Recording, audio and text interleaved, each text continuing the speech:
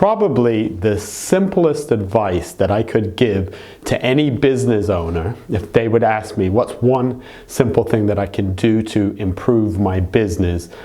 I would say probably just follow up.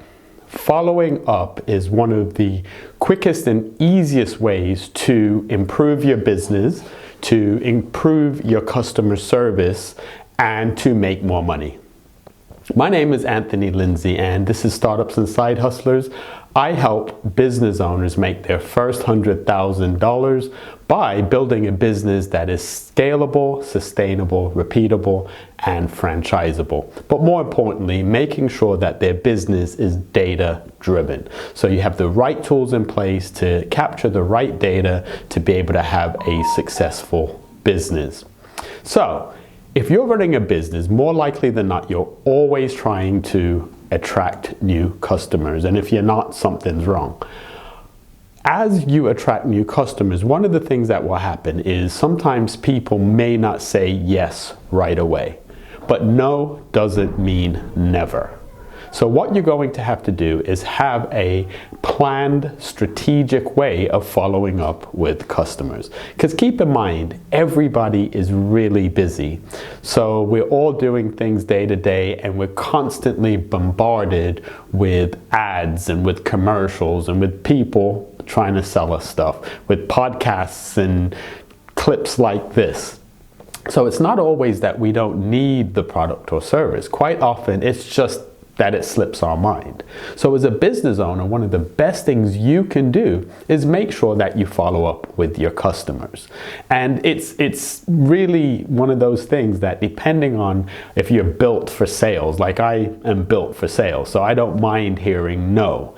If you're not that way, quite often you won't follow up with the customers just simply because you're afraid, because it's not one of your characteristics. But do keep in mind that by following up with your customers, you're showing them and demonstrating to them that you value their business.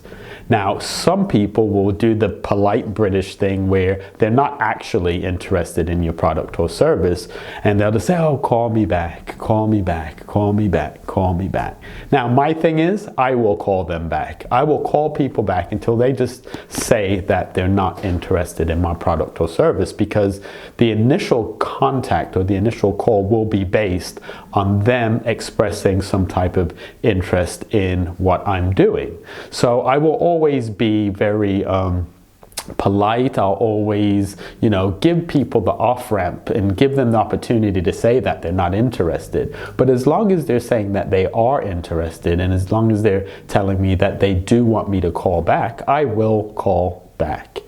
And as I said, I have products and I have services that I've taken on that a client or a provider rather has contacted me several times, and each time I'm like, oh my gosh, it just slipped my mind. It was never that I didn't want to move forward. It was quite often that I just forgot.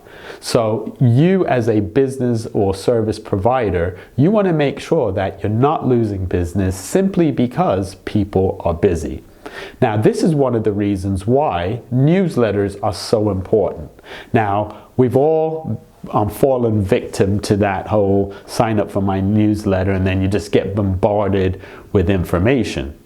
I'm not talking about that. I'm talking about building something that is strategic, something that is engaging for your client, something that is adding value, and not something that is too intrusive. So I just think sending tons and tons of newsletters that add no value, give no information, that's not the way to go. And that's certainly not what I'm suggesting. Instead, I'm saying you can have a newsletter that is giving that client or that person information that is valuable to them.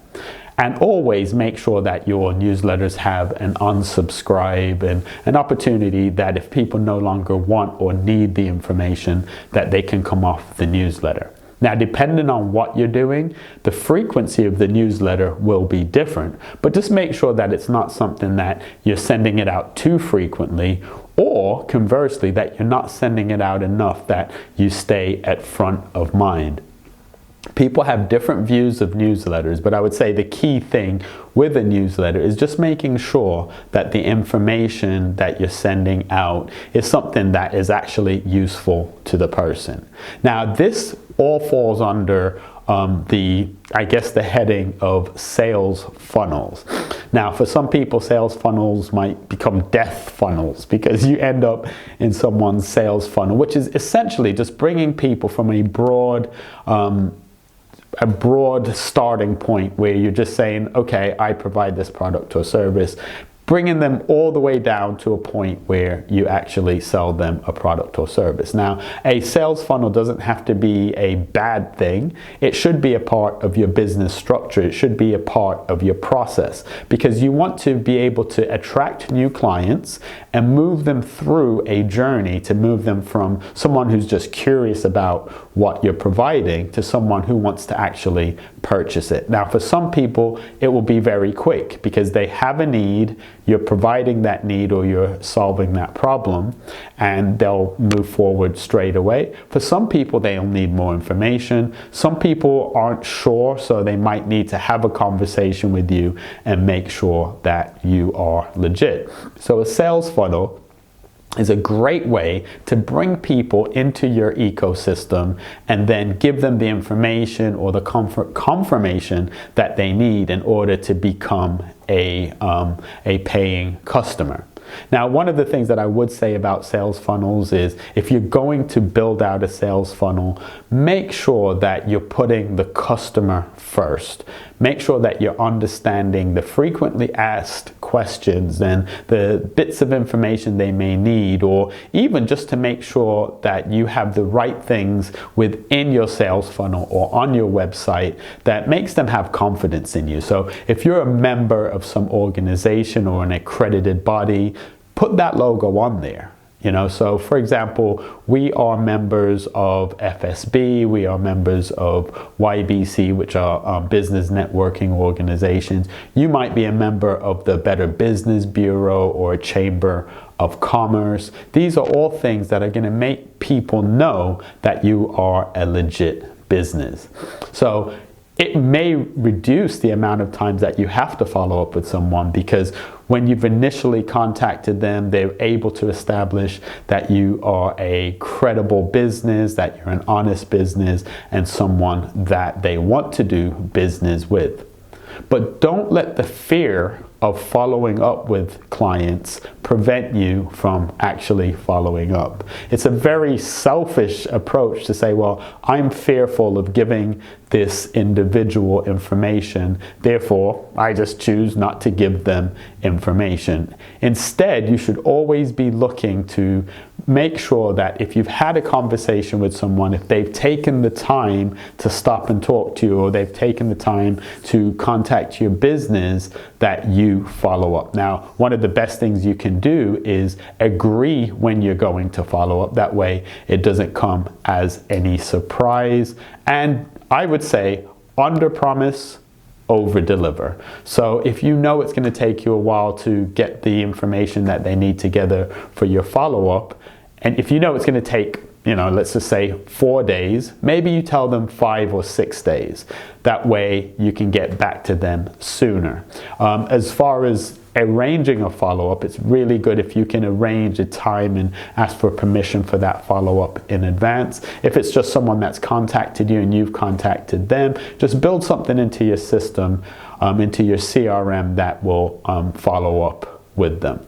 My name is Anthony Lindsay, and I help startups and side hustlers build a business that's scalable, sustainable, repeatable, and franchisable. There's more information about getting in contact with me in the description, and I appreciate your time. And if you know anyone who's starting a business and is looking for a business consultant or someone to come alongside them, someone that they can pick up the phone and talk to or email, definitely share my information. Like, share, and subscribe, and we will see you in the next update.